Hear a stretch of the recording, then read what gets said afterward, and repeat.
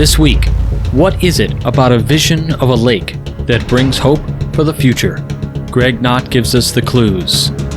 Then, what did Queen Anne have to do with Freemasonry going speculative? Well, you'll want to stay dialed in when Steve Harrison gives you the scoop in an all-new Masonic Minute. Then, we wrap it up this week with an in-depth look at the legend of the Noachides. Coming up right now. Welcome back to Whence Came You, a Masonic podcast featuring research papers and discussions related to Freemasonry. Here's your host, Brother Robert Johnson. All right, welcome back. This is episode number 450. 450. That just really feels weird saying that. But anyway, this week, as you heard, we've got a couple great pieces for you. We've got illustrious Brother Harrison. We've got two great articles that were recently published on the Midnight Freemasons. And let's go ahead and get started. First of all, the news. What's going on in the news?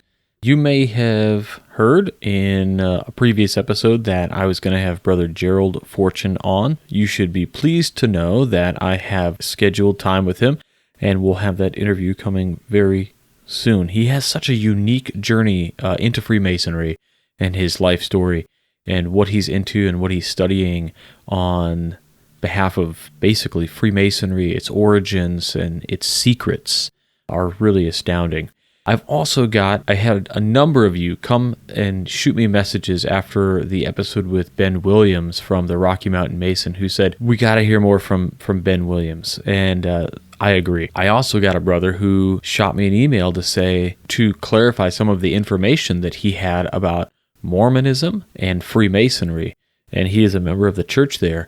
And so we're trying to put it together. So we'll have an episode with that brother and Ben and I to come on the show to talk in depth about Freemasonry and Mormonism, the differences, the contrasts, everything you can think of. So it'll be a great episode. I've also got Brother Dan Harinko. So you guys, I hope, have read the book called The Craft-Driven Lodge. The book is fantastic. I can't recommend it enough. It's, I'll call Dan Harinko the Velvet Hammer.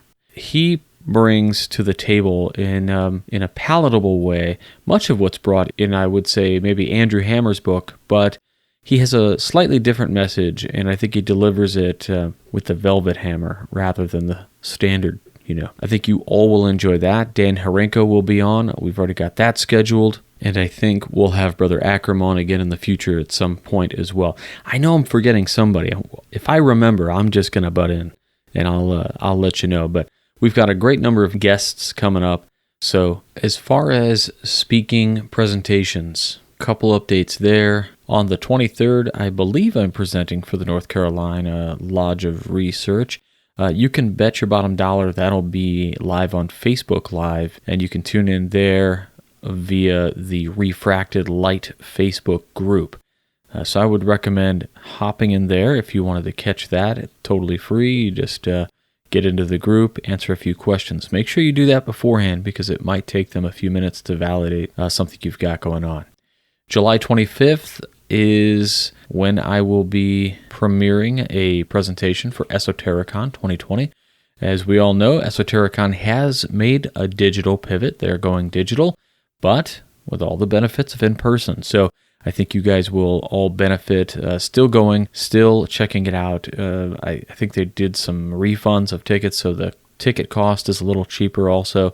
Definitely something you should look into. Camp Masonry. Everybody's been asking. It's been making the rounds. Yes, Camp Masonry got canceled. It's a huge bummer. I was bummed. It's one of my favorite things to do every year. So it is with displeasure that I have to announce that, but better safe than sorry, and we don't want to get anybody sick, and we don't want to take any chances. So here's hoping for Camp Masonry next year. Masonicon 8/22, so August 22nd. Ezekiel Bates, Masonicon, still happening. It was rescheduled, and I think Brother Brian Simmons is really excited about it, as well as the entire lodge. This will be the last year that it's going to be there in Massachusetts. They're going to be moving it to surrounding states to make it bigger and get it around. So it's going to be really cool. And then you guys all know in September, MasoniCon Chicago, we're still on, we're still in person. We've had no indications as of yet of needing to make a digital pivot. We planned for late enough in the year. We're hoping this will be just fine and perfect for everybody still. Before we dive too far in, I want to ask everybody out there, if you're listening, you're on a computer right now, go to YouTube, go to WCY Podcast's YouTube channel, and smash the subscribe button. It helps us out immensely in the way they do their analytics, and if we're trying to get the light of Freemasonry out there, reputable information out there, this is how we can do it. We get enhanced on the search results, all of these things. So please do that for us. And we wouldn't be here at all without our producers, our fellows, and our contributors. So a major thanks goes out to all of you who have signed up to assist us month to month, year after year, to bring this program to you, all episodes, all the time. That pays for our website, it pays for the hosting. Every bit of this is just paid for with those donations. So I really want to thank all of you. If you're interested in helping out the WCY podcast, go to wcypodcast.com and click on Support the Show. There are some other links there that you can check out, and anything that you purchase through this website or you click through likely has some sort of affiliate where they kick back a few pennies to our show, and all that helps. So if you can't donate, maybe consider checking out our bookstore or something like that. That is through Amazon, and we have an Amazon affiliate. And WCY is an Amazon affiliate, so we can get a few pennies on the dollar when you check out the bookstore. And if you want something that we've had on the show, it's going to be in there, including Steve Harrison's stuff. So please do check that out. We're not doing any adverts through the pandemic, so let's get into the education.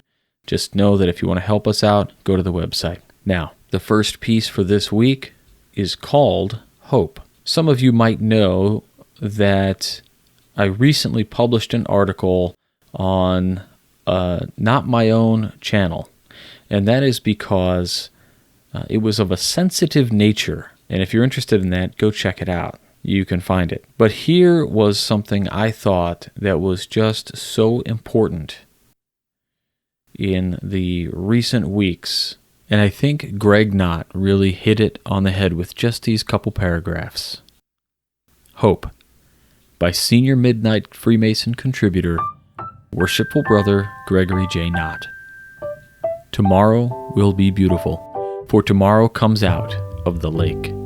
By Emmanuel Carnevale, December of 1921. The world seems to be in complete turmoil due to the COVID-19 pandemic, businesses and the economy suffering, and the recent protests across the globe in response to the death of George Floyd. Then there it was all of a sudden. As I looked out the window, hope. The beautiful sunset that you see in the picture above on June 8, 2020, from the prairie of Illinois was nothing short of spectacular. It was as if God Himself was speaking to all of us, saying that no matter what storm you may be traveling through, on the other side, there is hope waiting for you. As Freemasons, we frequently hear the word hope in our lectures. Faith, hope, charity. But do we truly consider what it means beyond the shallow everyday usage? We say as brethren, I hope enough brothers show up to open the lodge. Or, I hope we don't spend too much time on the minutes. Or, I hope we get a petition soon. The hope I am thinking about is boundless in meaning. It is the hope of the potential of a world where all mankind can truly meet on the level, where the opportunity for equality is not a goal, but an expectation. Hope requires work on your part and mine. It takes persistence, that even when we might be tired or exhausted, we need to keep moving onward.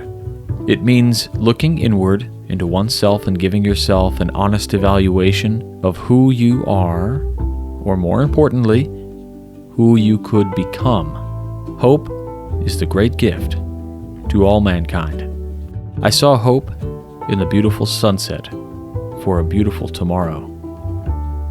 Worshipful Brother Gregory J. Knott. You know, if I'm being honest there, Greg hit on 2 points that I just think are just worth putting a microscope over. And that is that we have limitless potential, that opportunity for equality is not a goal, but an expectation. We should expect no less. And I think Greg pointed that out wonderfully. And lastly, Greg says it means looking inward into oneself and giving yourself an honest evaluation of who we are. And of course, that comes with who we could become. So thinking about who we are, we look in the mirror. Of course, thoughts kind of do this effervescent thing where when we really are thinking about who we are and what we stand for, the things we've done, the bad things and the good things. But man, we sure are shamed about those bad things. They do bubble up and we don't even want to think about them. We just push them down. But they're there. But are we better than those things now? Do we still do those things? Or are they just shadows of some past thing? Who can we be when we're thinking about those things we've done, remembering them so that we don't forget who that was? Or if it means thinking about, do I have biases? What do they look like? What weird, uncomfortable thoughts have I had that I'm ashamed to even admit? But admitting them to yourself puts you in a place to recognize them and not do them again. And that's that future state. So this is a powerful message from Greg. And I'm recording this episode a couple weeks in advance. And all I can hope is that by the time this comes out, well, I know we're not going to be perfect yet. It's going to take a lot longer than 2 weeks. But this will always be relevant, no matter what time, no matter what turmoil the world is going through, whether it was the mid-1990s where everything was blasé before the terrorist attacks, or whether it was 6 months ago, or 12 months ago, or 30 years ago. This is just relevance, and it always will be because it involves self-reflection on the part of the man, a woman, the Mason. It's just personal and internal work. So I just want to say out loud right now to Greg, this was amazing. Thank you for putting this one up, Greg. Now, if you don't know, Greg is one of the co-hosts of the new Masonic podcast called the Meet, Act, and Part Podcast. It's a Masonic podcast hosted by some Midnight Freemason regular contributors, Greg Knott, Darren Laners, and Bill Hosler, and occasional help from their founder, Todd E. Creason, and others. And they cover a lot of Masonic and non-Masonic topics alike. Of course, they've had intense guests on the show. The first episode, they talked about Masonic education, the entered apprentice degree. But listen to these guests. Most Worshipful Brother Roger E. Van Gordon, Most Worshipful Mike D. Nichols. They've had Steve Harrison on, Todd Creason, Eric Marks, Chris Hodap, and Alice Von Cannon. They've had Most Worshipful Stephen Oakley, the current sitting Grand Master of Illinois. They had Michael Pohl on. They had Maynard Edwards on. They've just covered so much ground already. So if you want to learn more, we'll put the link back in the show notes, but check out meetactandpart.com. They've got tons of great content there that'll keep you busy, at least for the foreseeable future. And now let's go ahead and get into this week's Masonic Minute with illustrious brother Stephen L. Harrison. Anne Boleyn was Queen Consort of England from 1533 to 1536, and the second of Henry VIII's 6 wives. Her time in the king's court was tumultuous and, as most know, did not end well, unless you were King Henry, who probably thought the ending was just peachy. The events of her reign and demise are filled with swirling speculation, and likely no one will ever know the full story. But there is one thing about it that may be easier to conclude. She may have had a significant and lasting effect on our gentle craft. Anne was born in about 1504 to well-to-do parents in Kent, a seacoast county southeast of London. When she was about 18, she parlayed her family status into securing a position as a lady-in-waiting to Catherine of Aragon, Henry's first wife. King Henry, a man with a roving eye and a stable of mistresses to prove it, chased after her, but the crafty gal put a stop to his advances, telling him, "I will be nothing less than queen." This caused a problem for Henry because he already had a queen, and you're only allowed one, especially under the strict rules of the Catholic Church with its pesky rule against divorce. Henry became increasingly infatuated with the forbidden fruit that was young Anne, and was upset by the fact that in 24 years of marriage, Catherine had not given him a male heir. How to solve what many were calling the king's problem? Well, he decided his marriage to Catherine, who happened to be his brother's former wife, was blighted by God, and he petitioned Pope Clement for an annulment. Long story short, the Pope said no. So Henry formed the Church of England and, not surprisingly, appointed himself to be its supreme head. The Pope excommunicated Henry, but no problem, he had his own church. This paved the way for dumping Catherine, and in 1533, the 42-year-old king finally married Anne, who by now was in her mid to late 20s, and quickly had a child. Unfortunately for her, a girl, Elizabeth, who eventually became queen. Anne, like Catherine, was male child challenged, which dampened King Henry's infatuation with her. On top of that, a guy named Henry Norris became smitten with the queen, who was overheard telling him, "Look to dead men's shoes, for if something bad should happen to the king, then you could have me." Speaking of the king's death was considered treason. Henry accused Anne of being a traitor and used other innuendo and rumors to pile on charges of incest and adultery. After 3 years of marriage, he had Anne executed and moved on to Jane Seymour in his unsuccessful quest for a male heir. So what does all this have to do with the Freemasons? Well, when Henry formed the Church of England, the Catholic Church obviously stopped expanding there. Henry stopped building or expanding cathedrals, convents, and monasteries. The market for stonemasons dried up. Under those circumstances, what's a skilled stonemason to do? You're either out of work or you travel in foreign countries, receive master's wages, and be thereby the better enabled to support yourself and family and contribute to the relief of distressed, worthy brother master masons, their widows, and orphans. This put operative lodges in an uncomfortable position. Some think this situation may have contributed to the lodges, for survival, to begin opening their doors to speculative Freemasonry. It is possible then, had Anne Boleyn never come along, and the Reformation never happened, or been delayed, the movement to speculative Freemasonry would also have been delayed. Now, this is just food for thought. Don't overthink it. And for God's sake, don't lose your head over it, like Anne did. Ouch! For the Whence Came You podcast, this is Steve Harrison with the Masonic Minute. All right, as always, fantastic content from Brother Harrison.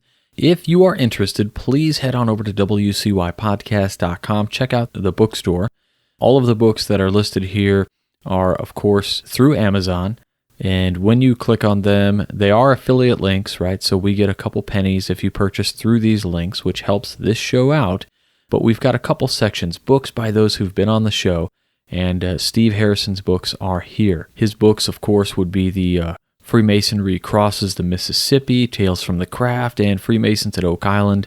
But then two other books, which are the Masonic Memoranda of Frederick L. Billen, which is fantastic, has a lot of great contextual information about Freemasonry in that day and age, and then the all-new Ravi Denslow's Masonic Journey, Volume 1 and 2 Kindle edition, which is insanely cool and really wonderful. If you want in print for that last book, I want you to check out the Missouri Lodge of Research's website, where you can download a petition and become a member, and you will get those books at a significant discount.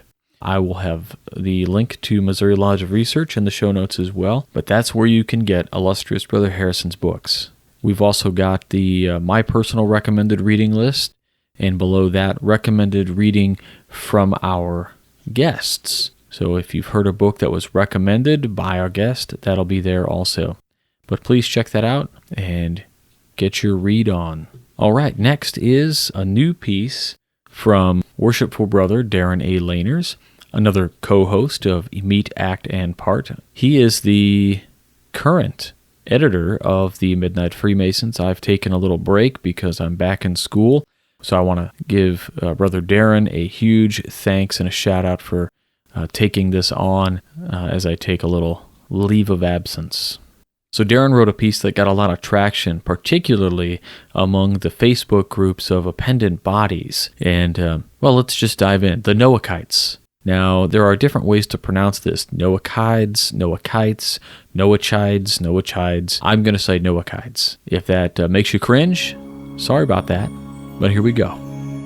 The Noachides by Midnight Freemason contributor, Worshipful Brother Darren A. Laners.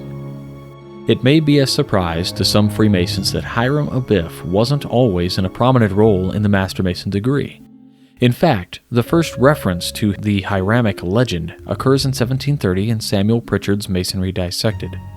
In this work, Pritchard refers to Hiram as Grand Master Hiram. We do know that by 1738, the Hiramic legend seems to be in place, as Dr. James Anderson's Constitutions of 1738 states that after the completion of the temple, their joy was soon interrupted by the death of their dear master Hiram Abiff, whom they decently interred in the lodge near the temple, according to ancient usage. If Hiram wasn't always featured in the Master Mason degree until sometime around 1730, then what was the degree like? In 1936, a document entitled The Whole Institutions of Freemasonry, opened and proved by the best of tradition and still some reference to Scripture, was discovered. The document, which came to be known as the Graham Manuscript, comprises two small pieces of parchment which have been dated to 1726. It was written in very old English and thought to be a copy from another document. Translated into modern English, it reads, quote, "We have it by tradition, and still some reference to Scripture, for it caused Shem, Ham, and Japheth to go to their father Noah's grave, for to see if they could find anything about him to lead them to the valuable secret which this famous preacher had. For I hope all will allow that all things needful for the new world was in the ark with Noah. Now these three men had already agreed that if they did not find the very thing itself, that the first thing that they found was to be to them as a secret. They not doubting, but did most firmly believe that God was able and would also prove willing, through their faith, prayer, and obedience, to cause what they did find to prove as valuable to them as if they had received the secret at first from God himself at its headspring. So they came to the grave, finding nothing save the dead body, almost consumed away. Taking a grip at a finger, it came away. So from joint to joint, so to the wrist, so to the elbow. So they reared up the dead body and supported it, setting foot to foot, knee to knee, breast to breast, cheek to cheek, and hand to back, and cried out, "Help, O Father," as if they had said, "O Father of heaven, help us now, our earthly father cannot." So laid down the dead body again, and not knowing what to do, so one said, Here is yet marrow in this bone. And the second said, But a dry bone. And the third said, It stinketh. So they agreed to give it a name, as is known to Freemasonry to this day. So went to their undertakings, and afterwards works stood." End quote. So it can be said that, without a doubt, that Noah held an important role in the Master Mason degree prior to the introduction of Hiram Abiff. This is further illustrated in Albert Mackey's Encyclopedia of Freemasonry and its Kindred Sciences. Under the entry for Noah, Mackey states, quote, "In all the old Masonic manuscript constitutions that are extant, Noah and the flood play an important part in the legend of the craft. Hence, as the Masonic system became developed, the patriarch was looked upon as what was called a patron of Freemasonry. This connection of Noah with the mystic history of the order was rendered still closer with the influence of many symbols borrowed from Archite worship, one of the most prominent of the ancient faiths. So intimately were incorporated the legends of Noah with the legends of Freemasonry that Freemasons began at length to be called, and are still called, Noachides, or the descendants of Noah, a term first applied by Dr. Anderson and very frequently used at a much later day." End quote. With all of the characters in the Old and New Testaments, then why would Noah be chosen to be represented in the Master Mason degree prior to Hiram Abiff? Noah was important for a few reasons. One, he and his ancestors would have been the progenitors of the human race after the flood, as well as the saviors of the animals of the land that he held in the ark. 2. He carried the Noachide laws, or the 6 laws given to Adam by God, to which a 7th was given to Noah. These were the laws which would be followed by his people until he gave Moses the 10 Commandments. The Noachide laws were 1. Renounce all idols. 2. Worship the one true God. 3. Commit no murder. 4. Be not defiled by incest. 5. Do not steal. 6. Be just. 7. Eat no flesh with blood in it. 3. He would have been the keeper of antediluvian knowledge, especially the 7 liberal arts and sciences. Mackey acknowledges these points further down in his entry for Noah. Quote, "The writer of the Cook manuscript, 1410-1450 CE, had before him an original which may have been written about 1350 CE. The author of that original frankly acknowledges that many of his historical statements are taken from the quote-unquote Polychronicon, a sort of universal history or omnium gatherum in which were collected scraps and fragments of lore of many kinds, especially about the remote past, and without any attempt to distinguish genuine history from myths, legends, tales, and fables.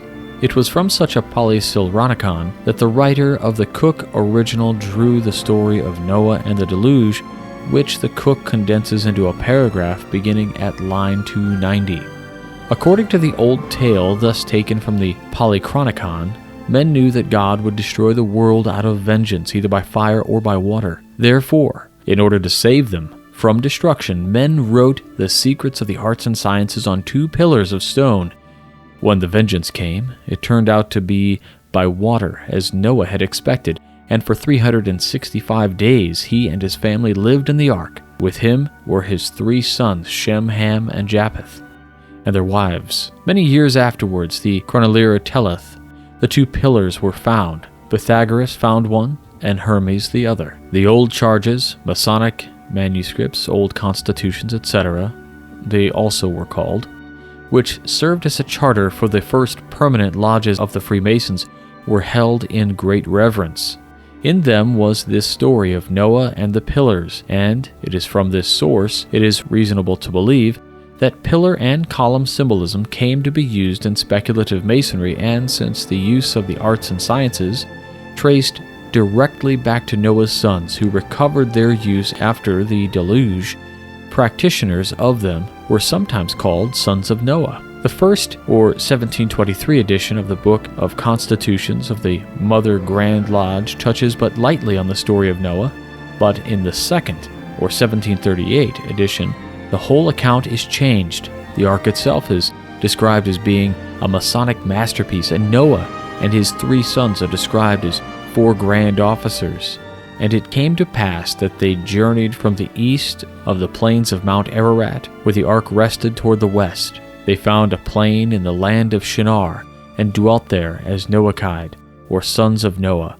In a footnote, the author explains the word, the first name of masons, according to some old traditions. End quote. What those old traditions were, nobody knows, but because there is no evidence that operative Freemasons called themselves by that name. But it was in some use prior to 1738, for in 1734, Lord Waynorth ordered a letter to be sent to the provincial Grand Master at Calcutta, in which this curious statement was included. Quote, "Providence has fixed your lodge near those learned Indians that affect to be called Noachide. The strict observance of his precepts taught in those parts by the disciples of the great Zoroasters, the learned Archimagus of Bactria, a grand master of the Magians, whose religion is much preserved in India, which we have no concern about, and also many of the rituals of the ancient fraternity used in this time, perhaps more than they are sensible themselves. So, if it was consistent with your other business to discover in those parts the remains of old masonry and transmit them to us, we would be all thankful." End quote. AQC 11, page 35. If ever Noachide was in use as a name for Masons, it could not have been extensive, because the word, an ugly hybrid, is almost never met with in early lodge minutes or histories. It is probable that all such small use of it as is encountered in American lodges in the first half of the 19th century, it is now wholly obsolete, was directly owing to the popularity here of the writings of the Reverend George Oliver, who never hesitated to give to fancies out of his own mind the same weight as the verdict records of history. There were two reasons for the place of Noah and his sons in Masonic thought and traditions. It is obvious that the writer of the Cook manuscript, or rather the author of the original of which the Cook is a copy, had an historical problem to solve. If the deluge destroyed everything, how were the arts and sciences, geometry especially, preserved and recorded? The story of the pillars, and of the use made of them by Noah's sons, which, as was seen, he found ready-made in a Polychronicon, was his solution. Second, the story of the sons of Noah had a point to it of value for Masons who sought to make clear to their own minds the religious foundations of the craft. If Masonry was geometry and architecture is as old as the world, if it existed in Noah's time, it existed before Christianity or Judaism, and yet it now works in Christian lands. How could a Christian society have a pre-Christian origin? The answer was that under the separate religions is a ground, or fundamental, or matrix of a universal religion which consists of a belief in God and brotherhood among men, and righteousness. Oliver himself gives one of the clearest expressions of this idea in a paragraph of his In a Dictionary of Symbolical Masonry, New York, 1855, page 190. Noachide, sons of Noah, the first names of Freemasons, whence we may observe that believing the world as framed by one supreme God and is governed by him, and loving and worshiping him, and honoring our parents and loving our neighbor as ourselves, and being merciful even to brute beasts, is the oldest of all religions." End quote. Not all versions of the old charges contain the Noah story in the same form. The Graham manuscript version, which has so many details peculiar to itself, and is really an old catechism more than a version of the old charges, gives the Noah story in a different form and reads in it a different lesson. And it has the lost secrets discovered after the death of Noah rather than after the death of Hiram. In his Ahiman Rezon, a book of constitutions, writing as a Grand Secretary for the ancient Grand Lodge of 1751, Lawrence Dermott ridicules the whole story. But it is only as history that he ridicules it, not as symbolism, because to judge by such, written remains of it have survived. The ancient ritual connected the great pillars with the two pillars in the Cook manuscript. Also in both ancient and modern symbolism, in the Royal Arch, the Ark is used as an emblem. This identification of the Ark with Noah's Ark may be a mistake on the part of the 18th century ritualists, because before 1717, operative guilds kept their papers in a coffin, quote-unquote, which later reappears under the name Casket, the Lodge, and the Ark. Prior to being widows' sons, Freemasons were sometimes identified as Noachides or Noachites, or Sons of Noah. This is further confirmed again by Mackey under the entry of Noachida or Noachites in the Encyclopedia of Freemasonry and its kindred sciences. Another quote which reads, "The descendants of Noah, a term applied to Freemasons on the theory derived from the legend of the craft that Noah was the father and founder of the Masonic system of theology. Hence, the Freemasons claim to be his descendants because in times past they preserved the pure principles of his religion amid the corruptions of surrounding faiths." Dr. Anderson first used the word in this sense in the second edition of the book Constitutions.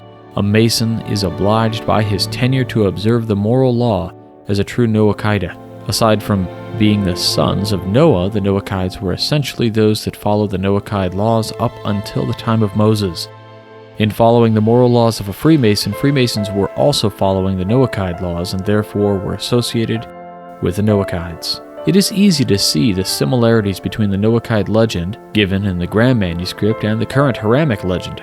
Both include raising from the grave, 5 points of fellowship, and a pact to record whatever was observed during the actions in an attempt to recover lost knowledge. Furthermore, the words and actions around the grave should strike some level of familiarity with Master Masons. I think one can say that the Noachide legend was mostly transformed into the Hiramic legend that we know today. Noah and his sons still are present in Freemasonry in one of the Allied Masonic degrees, in that of the Royal Ark Mariner. Noah is also alluded to one of the emblems of a Master Mason, the anchor in the Ark. I think that the brethren who went through the Master Mason degree prior to when Hiram Abiff was part of it had a profound and deep-moving experience. I can only imagine how interesting the degree would have been to actually witness with Noah being the main figure. All this being said, I might be the only Freemason that is disappointed that Real Grip of a Master Mason isn't called It Stinketh. It would be a much easier explanation than COVID-19 to explain why we're now bumping elbows instead of shaking hands. Darren A. Laners. Well, there you have this history of kind of the Noachide legend as Worshipful Brother Darren has laid it out here for us. If you'd like to contact him about any part of the story, please go to midnightfreemasons.org and you can find his contact information there. Just under his biography there on the right-hand side. Just scroll down a little bit and you'll see it. But for all of you listening, if you're, just can't wait to type it in, it's just darren.laners, LAHNERS @gmail.com. And he'll get back to you when he can. That's it for this week. I want to thank you all for joining me one more time for some Masonic education. And I hope you all are doing well and staying safe. My thanks again goes out to our contributors, our fellows, and our producers. Thank you guys so much for making this happen for all of us. And make sure you all find us on YouTube and like, subscribe, do those things for us so that we get quality Masonic education and information at the top of the list. Thanks to Steve Harrison for his continued work on doing the Masonic Minute segment for us. And that's it. So we'll talk to you all next week. Until then, stay on the level. For Whence Came You, I'm Robert Johnson. Take care.